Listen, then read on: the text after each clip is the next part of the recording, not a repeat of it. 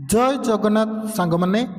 तो फ्रेंड आमे आज 26 एप्रिल सेकेंड शिफ्ट रे जतक भी ओडिया क्वेश्चन आछि आम डिस्कसन करबा। या पूर्वरु मध्य मो बहुत सारा पीआईक्यू क्वेश्चन डिस्कसन करिछि। जदि आपने फर्स्ट टाइम चैनल को आछंती तो प्लेलिस्ट चेक करनेबे, नले मु डिस्क्रिप्शन दे देछि चेक करनेबे। ओके, जहा द्वारा आपण माने ओडिया रे 15 रु 15 इजीली रखि परिबे हला। तो देखंतु आमर फास्ट क्वेश्चन अच्छी नीर जुत लिप जुत अ। तो देखंतु नीर होउची आमर कोन उपसर्ग, लिप होउची धातु, अ होउची प्रत्यय। एकु जदि आमे मिसई दबा कोन हबो देखंतु निर्लेप हबो। निर्लिप्त एथि पई हबोनी कारण देखंतु लास्ट को आमर त नाइ अ प्रत्यय अछि, सेथि पई एटा निर्लेप हबो। तापरे देखंतु संधिर गोटे क्वेश्चन आछि महेंद्र।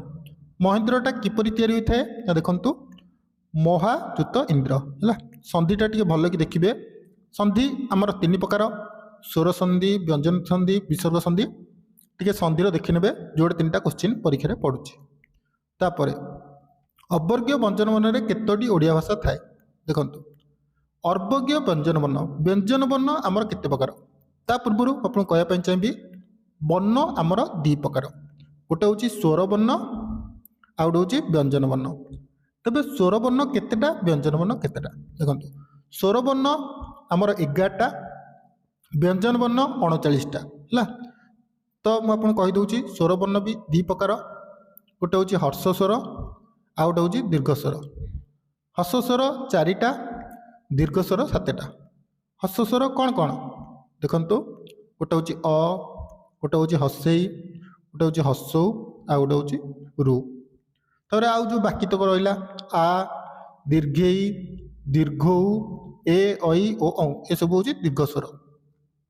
तबे देखंतु वर्गीय व्यंजन वर्ण आमर होची 25टा, जहाँकि 5टा वर्गर विभक्त होईची कचट, तर्प, कंठ्य, तालव्य, मूर्धन्य, दंत्य, ओष्ठ्य।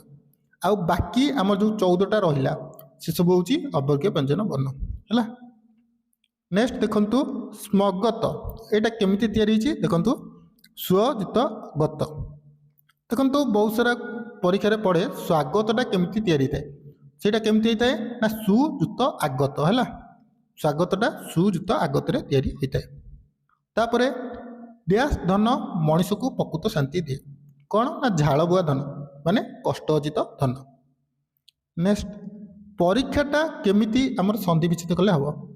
तो देखंतु एटी दीर्घईकार अछि, संधिर किछि नियम जानिथिबा दरकार। जेमति कि आमर स्वर संधि माने देखंतु हसई प्लस हसई मिसिले हसई हबो, संधिर गोटे नियम अछि। तबे हसई प्लस दीर्घई मिसिले दीर्घई हबो, संधिर नियम अछि। सेही संधि नियम रे पल्ला परि जुत हसईकार तबे दीर्घई देखंतु परि जुत इच्छा आमर कोन हला परीक्षा हला। किंतु मन रखिबे हसई प्लस हसई हसई हेइथाय, दीर्घई हेइ न थाय।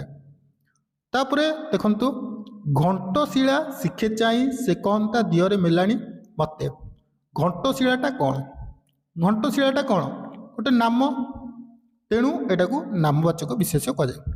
विशेष्य जेपरिक आपण जानिछंती 5 प्रकार नाम बा संज्ञावाचक, वस्तुवाचक, क्रियावाचक, जातिवाचक, गुणवाचक। 5 प्रकार।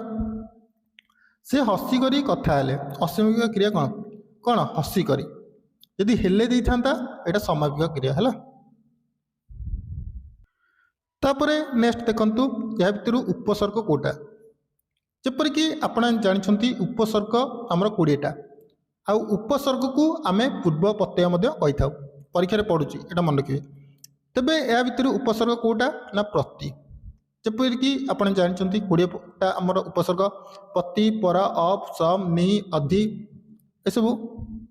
प्रक्षेपण, प्रक्षेपणटा किपरि तयाइछि ना देखंतु प्र जुत क्षेप जुत अण प्रक्षेपण। जो विशेषण पद विशेष्य पद पूर्व विभक्त हुए, विशेष्यर विशेषण आ गोटे अच्छी अव्यय विशेषण, सेटा कौन ना जो विशेषण पद विशेष्य पद पर विभक्त हुए। जेमति कि मु गोटे उदाहरण दउची, लोकटी दरिद्र आउ गोटे अच्छी दरिद्र लोक, या भितर तफात अच्छी देखंतु। लोकटी दरिद्र विशेष्य पद परे आमर विशेषण आउची, तेणु एटा को विधेय विशेषण कहुए किंतु देइथांता जदि दरिद्र लोक तेज दरिद्रटा कौन विशेष्य पद पूर्वर आसपाई को विशेष्यर विशेषण कहुए। तब देखो आकाशर प्रतिशब्द पचार जमीक आप जानते व्योम आकाश नभ गगन आकाशर प्रतिशब्द खगकार पक्षी विहग विहंगम पक्षीर हुतासन जपरिक आप जानते निआर जुही निआ बनी शिक्षी कहार यहाँ आपने कमेंट कर कहे है शिक्षीटा कहार। तर गतर विपरीत शब्द कौन ना जपरिक आगत। देखंतु नेक्स्ट क्वेश्चन अच्छी गोपबंधु चौधरी को ओडिशार महात्मा गांधी कहुए। महात्मा गांधीटा एटी कौन ना जपरिक जानते महात्मा गांधीटा हूँ जातिवाचक किंतु देइथांता जदि गोपबंधु चौधरी तेबे एटा होता नामवाचक विशेष्य है। नेक्स्ट निश्वासर विपरीत कौन ना प्रश्वास। यही कार्यटी करवा तुम पक्षे डैश पाठ जपरिक समस्त जानीपारे काठिकर पाठ माने कष्टसाध्य। ओडिया भाषा व्यंजन वर्ण केते प्रकार जपरिक मुझे पूर्व कहली आमर वर्ण दी प्रकार गोटे हूँ स्वर वर्ण व्यंजन वर्ण दी प्रकार गोटे हूँ वर्गीय व्यंजन आ गोटे हूँ अवर्गीय व्यंजन। वर्गीय व्यंजन 25टा जैकि 5टा विभाग रही अवर्गीय व्यंजन आमर 14टा है। तत्सम धातु क्या कहुए माने संस्कृत भाषा जोटा तैयारी थाए जो तत्सम संस्कृत अपरिवर्तित हो कौन कहुए ना तद्भव आ जोटा आम देश में व्यवहृत होची शुद्ध ओडिया धातु ताको आम देशज कही था। वैदेशिक भाषा जोटा ओडिया प्रचलित होची वैदेशिक धातु।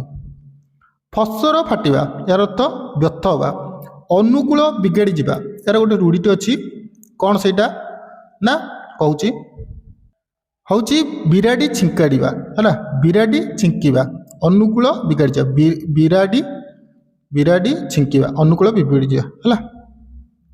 नेक्स्ट पिलाटी एपरी से डैश जहाँ कह कर नछड़ बंदा माने एक जिदिया माने सी जहाँ भावुव से ही कर। कूपमंडूक आप जानते संकुचित परिवेश गढ़ी आशा आशा रोचे निराशा। नेक्स्ट निम्नत मध्य कौटा अलग देखु राजीव पंकज अरविंद ये सब हूँ पद्मर किंतु ज्योतिकटा कहार भी प्रतिशब्द नुह से अलग। बसंत ऋतु में दक्षिणा पवन बहे दक्षिणाटा कौन देखो पवन एक गुण को बुझाऊँ दक्षिणाटा एटा हूँ गुणवाचक विशेषण। लास्ट क्वेश्चन डैश वर्णर स्वतंत्र उच्चारण ना देखु रू शब्दर कौन भी उच्चारण ना कारण रू कहले आमर उ बेली उच्चारण हो कि ना किंतु ये सब अलग ए गोटे अ गोटे आ गोटे ये स्वतंत्र उच्चारण अच्छी किंतु रूर स्वतंत्र उच्चारण ना। तो ये थिला आमर ओडिया क्वेश्चन। तो भावुची आपण समस्तर 25 रु जमीती भी 23-24 थी डेली क्लास करूँ इजिली आप 25 रु 25 रही। तो आउ कौ क्लास PIQ दरकार माने तापर क्लास करवा दयाकोरी कमेंट कर कहे। वीडियो भल लगी लाइक करनी और आगो वीडियो चैनल को सब्सक्राइब कर।